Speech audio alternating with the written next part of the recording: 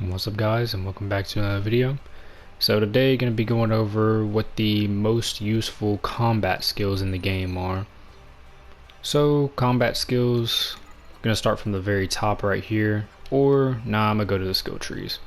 So starting off in the attacker skill tree, which is one of the three default trees you'll have. Firebolt is really good to get early on. If you want more speed, you can definitely get this. Also, if you didn't know, you can also add more buffs to these skills. If you hover over them and press X, you can bring this up. You have to buy these upgrades, but keep in mind each upgrade can have a buff, but also give you a debuff. Like this right here, skill speed plus 5%, but skill power minus 5%. But an attacker tree, this is a good skill to pick up. I'm also going to make a separate one on the passives in the game. This would just be combat skills, but this is a good one to pick up, and it's also a good skill for a accessory that has it. Emergency dodge, you honestly don't need this. Character just backsteps and you get that buff. Moral boost, SP recovery. If you just want SP, like if you just want SP back, like say you're playing early game, I guess you can use this, but long term, no. Warrior bloodline, this is good early because skill power, if you didn't know, is your damage stat for you know, your core stats. So like this right here, damage stat, that's skill power. Now mind break, this will be a long-term skill right here. This is a really good skill. It goes based off accuracy, so you're gonna just need accuracy for it to really land, but this is a good long-term skill. Back whenever I was playing through story mode, I used this a lot. This came in handy with the dual modes you would have back in the story mode, so I would definitely suggest getting this. Now going up here, got the scout skill tree. You get this from one of the statues you had to find.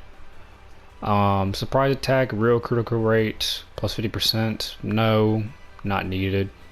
Heavy blow, stuns an enemy. It's like if you've seen Sacred Art level 3 of Crystal, it basically just does the same thing, just quick stun. It's not needed. Fire spark, this is something good if you're, I guess, still playing through story mode. It's not a bad skill. It was really good back in the day whenever like back in the day when we had to use super arts, you had to get a full gauge first, but now you, as long as you get a certain amount of your super art gauge, you can activate it whenever. So this is still kind of usable if you're new, but after long term, no. Venomous curse, this is good for debuffers. Hazard gauge and all that. Poison in this game doesn't do a lot, but it's good for debuffers. Reaper's Wrath, this will be a long-term skill. If you're playing through story mode and as soon as you unlock the statue where you can get this skill tree unlocked, get this skill as quickly as you can. This is a really good skill. Increases your crit rate. This will help you a lot. Flashbang, another good debuffer skill you can end up using early on if you need to. I would suggest like putting these debuff skills on a AI instead of you, because if you upgrade them, you're gonna get these debuffs as well. Brand of the Flower Blade, Chain Burst level 4 unlocked. This is not gonna be a good skill. You can literally just get an incarnation called the Beauty Incarnation and just use it on an AI and you'll still get that chain. Galvanize, this is a good long-term skill as well. It also has a plus version which you can craft from the legendary smith. Instantly fills up your whole art gauge, so then right after you can activate finish art, ally skill, or super art whenever you're done activating this. Also can give you some SP back if you have the tick on it. Now moving over to the Berserker skill tree. Lion sprint, attack plus 20%, You could do this early on if you want. Long term though, no, I don't use it. Doesn't need to be used. Bloody Waltz, this is good if you're early on and if you're having trouble surviving. HP absorption, it makes it to where each one of your attacks you get HP back. I believe you can increase the amount you get back based on yeah, like right here, that gives you another increase of it. You also get some HP regen if you'd get that right there, but good skill if you're having trouble surviving early on and all that. Devil Dragoon, defense level +7. I already made a video explaining attack and defense level. This is not needed at all, so don't worry about that. Thorn Armor, damage reflect. I'm not sure how big this damage reflected is, but because never tested it or anything, but not needed. Billion Blossom, this is easily the best skill in the game. If you understand how it works, this is easily the best skill in the game. I suggest if you want to learn how it works, you can go check out You the Best on YouTube. He has a video explaining it. Burning Blade, this is also a good skill. If you have like a hazard build, or if you want more down damage with your build, easily this can be something you can do. Yeah, you can also upgrade it right there, get a little extra, but this is really good. It also has a plus version as well. Beast Bellow, deflecting, really most people don't deflect anyway, or don't know what attacks they can deflect. Really the only attacks you could deflect are left and right hits, but this is not worth it at all. Yeah, not worth it. So that's it for this upper tree up here from the attacker and branching off into those two. So now we're going to go to Buffer. Sword Dance, this will be a long-term skill you will most likely use until you really learn how to use certain things for accuracy, because you will need accuracy for extreme raids and all that. Now this is good if you're early on and you can't hit anything as well. You can use this. Howling of the Soldier, this is a good early skill to pick up. Long term, you won't need it, but early on, this can definitely help you with some attack. Steel Wheel, plus 20% defense. This is good if you have a tank. With me, I don't use buffs or anything on my Liz. I just have her with passives, and then I'll use a Steel 3 Sacred Art on her, and that's fine in general. So early on though, use it if you can't survive. Sword of the Goddess, this is basically Firebolt, but Firebolt is pretty much better. Firebolt Plus is better than Sword of the Goddess Plus as well, but if you want more speed early on as well, you can use both of these at the same time. Astral Chaining, Area of Effect, not needed at all. So Soul Resonance, SP regen, not needed. So now we're going to look into the SP buffer tree. Body of Sage, this is not needed. Echoes of Madness, attack up based on remaining HP. I believe there was an accessory that has this. If you have that, it's better. You get it from a service quest in Centauria, I believe. So yeah, it was mostly useful back then for certain one down kill builds, but I think now you really don't need it. Rapid Recite just improves your Sacred Arts charge time. You can use Lightning Incarnation, and there's also a Persona, I believe, yeah, Apostle, you can use to increase the charge time as well, which I will go over Personas and Animas in another video. Golden Apple, this is good for if you're farming for XP, so you can use this definitely.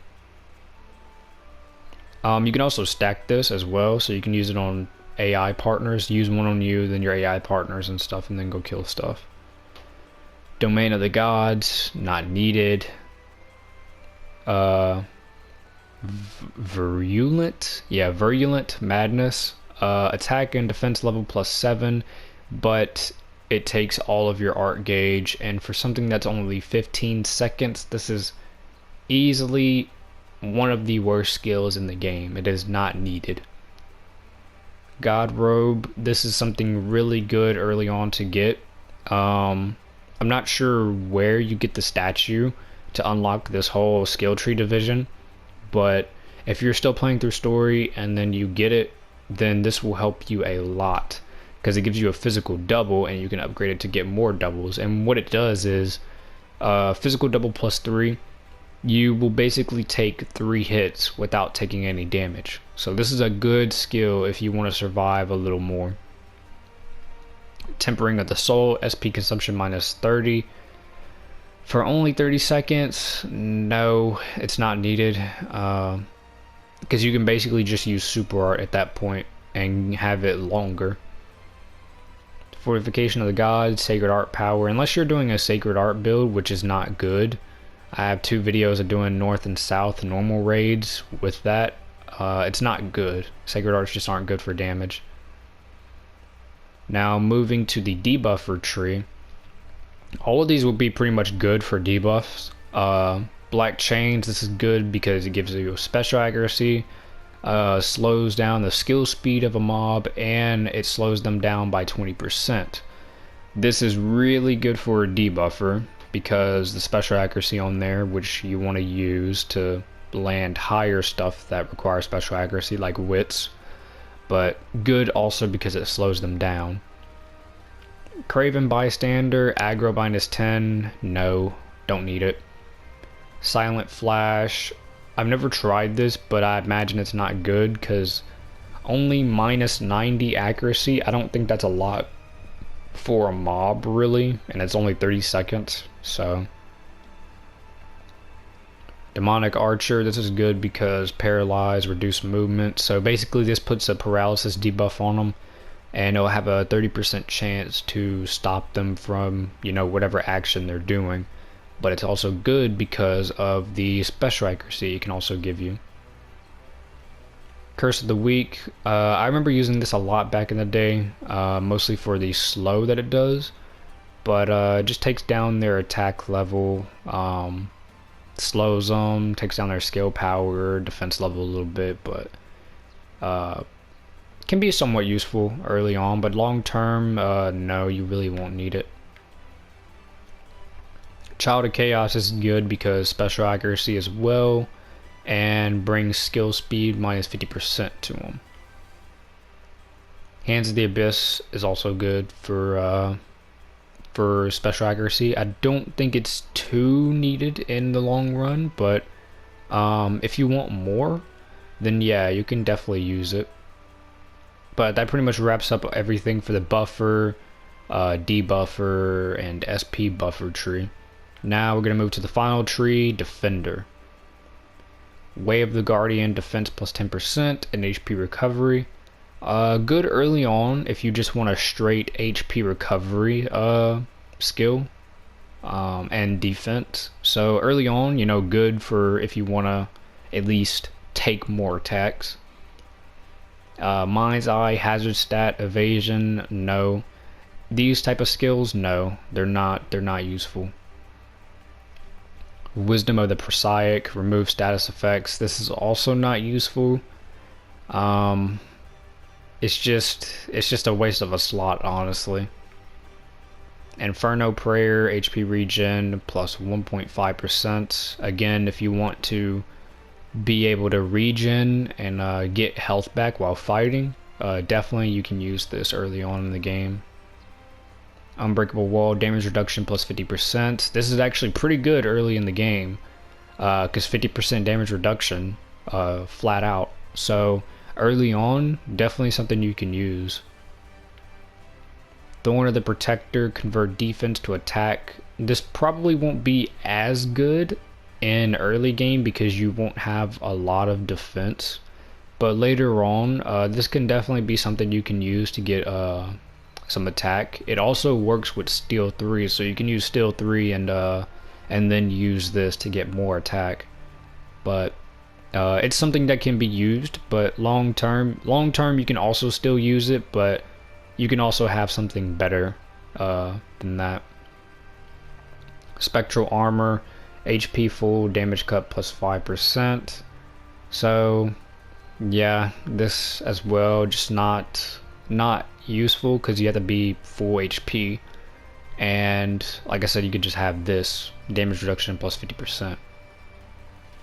So now moving to the tank skill tree. Knight's Shield, you get a bunch of defenses, and then you can get a physical double if you upgrade it more. Like I said, if you're going for a straight tank setup early on, then yeah, you know, go ahead and use it, but long term, no. Cry of Determination, aggro gauge decrease minus 30%. This is pretty much where if you want to make a AI, or if you want to be a tank yourself, you can have the aggro on you for a longer time. So really not useful. Really only useful if you have a tank AI and you just want the mob to kind of focus on them more. So yeah. Ironclad Lawbook, more defense, and can also give you HP regen upgraded. Early on, like I said, this is good. Later on, long-term run, no. By what I mean by long-term, I'm referring to like extreme raids. Like, you won't need these for extreme raids. You can get way better. You can do other stuff. I'd say really only use these up till normal raids, and once you can get a better build going for normal raids and stuff, then you can, you know, remove these off your stuff. But story mode, this is good. Blade counter, attack plus 10%, physical double, counters the foe's next attack with a stun on a successful guard. So I believe with this you have to at least do a perfect guard to do it, or something like that, or activate it. I've never used this because it's just something not needed at all. Down here, Protector's Fortress, defense, HP regen, defense. You'll see pretty much with all of these you're going to get mostly defense and HP regen. So I'm pretty much just going to be saying the same thing with them. Like I said, early on, go ahead, but yeah, other than that, no. Infernal Eye, lock target. Now this I've never tried. It says fix the target in place with the Wicked Glare. So I'm imagining this makes it to where it binds the enemy in place to where they can't move from that spot. Kind of like a Crystal level 3 Sacred Art. If you use that, you'll see chains appear on them whenever it debuffs them, and they can't move from that spot. So I think that's what that is. Fate Reversal. Damage absorption plus 10%. It says twist the very fabric of time, recovering HP by ensuring you never lost it in the first place. So I'm guessing that just does some sort of regen, or makes it to where whatever damage you take, you get HP on it. I'm not too sure. Chains of Binding, pulls certain enemies close with invisible chains. You'll get SP recovered, attack increase. So yeah, no. Heavenly Aegis grants unbreakable wall to nearby allies. This nullifies projectiles, nullifies physical. So basically this is kind of like a mini eye wall incarnation. Eye wall incarnation nullifies projectiles as well. But this also can nullify physical. It's only 20 seconds. But I guess something kind of, nah, it's really not useful. Like God Robe is better than this. So pass. Now finally the healer tree. These is mostly just going to be HP recovery, regens, and stuff like that. So this HP regen plus 1%. You know, if you want to go for a healer build, sure, or have an AI as a healer, go ahead. But not needed. Because usually if I need health, I'll just use Luminous 1 Sacred Art or Luminous 3 Sacred Art. Because really, to me, those are better than just wasting a combat slot for, you know, something like this. Light of Purification removes status effects plus 1. Just removes the debuff. Other than that, you know, don't need it. Echo of Life, HP regen plus 4%. You know, nothing to really say about these. It's just like I said, I'd rather use Luminous level 1 or Luminous 3 Sacred Arts for HP rather than just using these skills. If you get these early on before you finish story or whatever, you know, go ahead. If you need a healer AI, a tank AI, and then like a buffer or debuffer AI, go ahead and have them like this. HP recovery, HP damage. So basically this is restores HP to allies, and the HP amount scales with the sacrifice. So basically you'll sacrifice your HP to heal your partners. The fairies Rondo, HP recovery plus 75%. Just straight HP recovery, this is good if you need a lot of HP to get back immediately. So if you need this, you know, early on, go ahead. HP regen plus 0.5% and status double plus 2. Status double is basically a god robe, except it doesn't take physical attacks. It will just absorb a debuff that the mob inflicts on you. Warrior of the Gods, attack up based on remaining HP. HP damage 50%, so increase attack of all allies in range at the cost of your own HP. So you'll sacrifice HP to increase attack based on the remaining HP. Light of the Gods, HP recovery plus 10%. So yeah, it creates a HP regen zone. Good for an AoE, basically just a Luminous 3. But that pretty much does it for all the different useful combat skills for each tree. I will make a separate video for the passives in the game. I don't know if I'll do all the passives like all these trees and then go all the weapon trees, or if I'll just do all the passives in the skill trees and then make a separate video for all the ones in the weapon trees. I'll try to figure that out, but then I'll also make a separate one on the personas and animas that are more useful. But anyway, that does it for this video, and I'll see you guys in the next one. Peace.